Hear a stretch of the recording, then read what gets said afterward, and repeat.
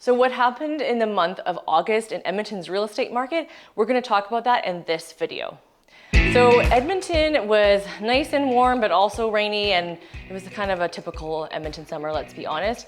A lot of people were trying to take off one last time before school started, and so we see that number or that factor influenced in our real estate stats for August. So the number of new listings that came onto the market in August was 2,326.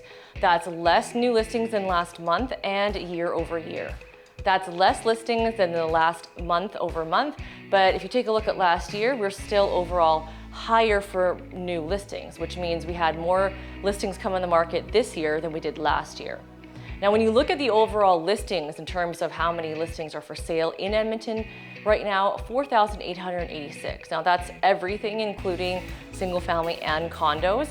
And if you take a look at how many realtors are in Edmonton, currently the roster is just over 4,300 agents. And you can see that there's not a whole lot for us to sell if every one of us sold one house a month.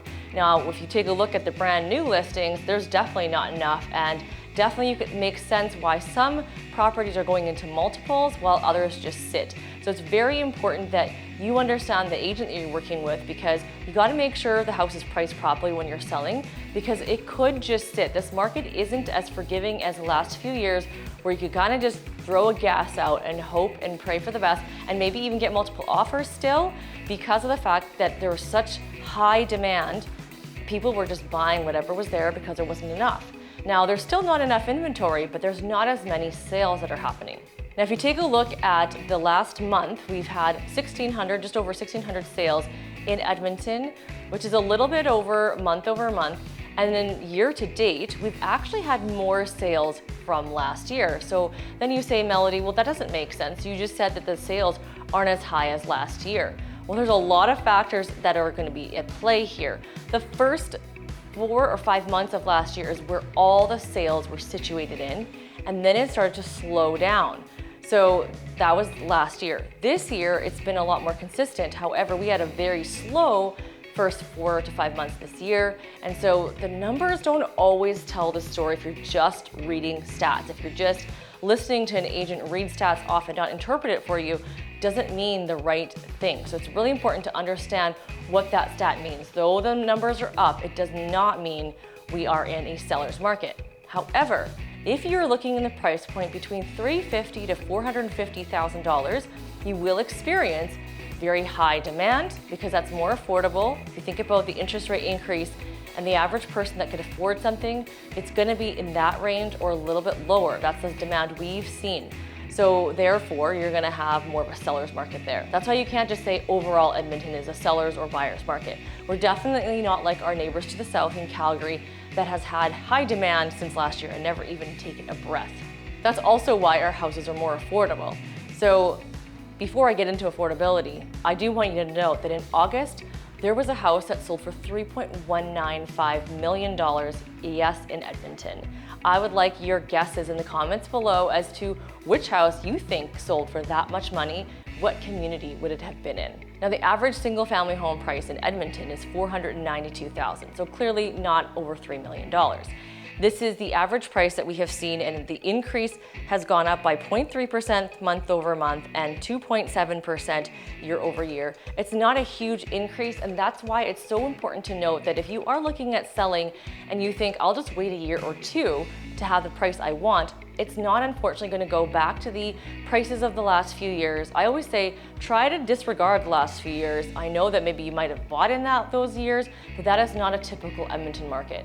The typical Edmonton market is a 1 to 2% increase, and our market has been normalizing this last year, and I think it will continue to normalize, and that's why you're not seeing that jump in price. Now, it's the long game here in Edmonton, and when you're looking at homes over $600,000, those homes take even longer to gain equity, and the lower price points between $300,000 to $400,000, almost $500,000, can gain and have more ability to gain equity. So if you are looking to move from this to this, you say, Melody, my interest rate is under 3%. Why would I want to move from that over to a higher interest rate with a bigger mortgage? Well, the reason I'm saying is if your family is outgrowing its space, If you don't need to, then I wouldn't obviously advise you to move.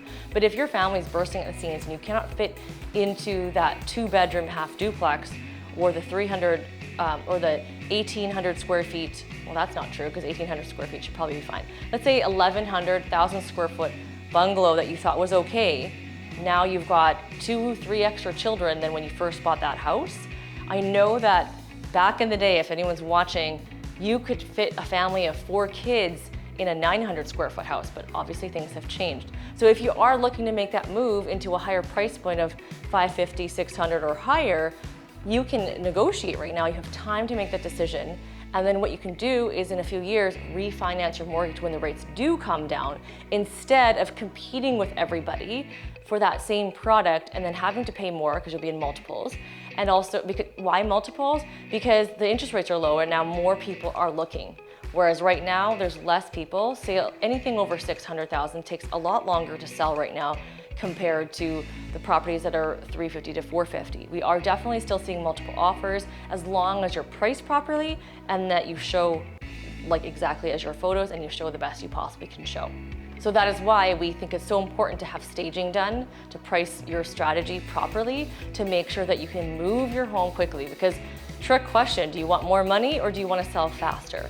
Those two are actually related to each other, and so you need to make sure you can sell quickly in order to entice and get lots of offers to sell for the most amount of money.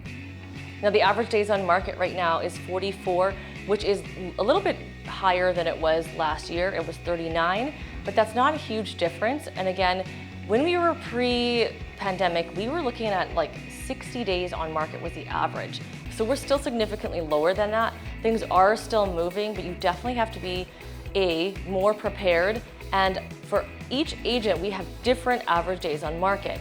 My average days on market is not dependent on the residential average days on market. When our clients listen to our pricing strategy, our marketing strategy, our staging strategy, our houses still move. They may not move in one day, but they will move within a week or two. The most 30 days, it doesn't make any sense why it'd be any longer, as long as all of the factors are put into play. So if you're thinking about selling or buying, it's really important to talk to a professional agent. If you're planning for next spring, it's still good to talk now because right now your grass is still green. I think by next month's update, you're gonna see that things are more yellow and the pictures won't look as good. The other thing is if you're interested in what the market is doing every week, every single Tuesday, I come on live and talk to you about what is happening in the single family home market in Edmonton, Spruce Grove, Stony Plain, St. Albert, Sherwood Park, and Beaumont. So you're gonna wanna tune in every single Friday for live updates, and we'll be back next month to talk all about what happened for this month in September.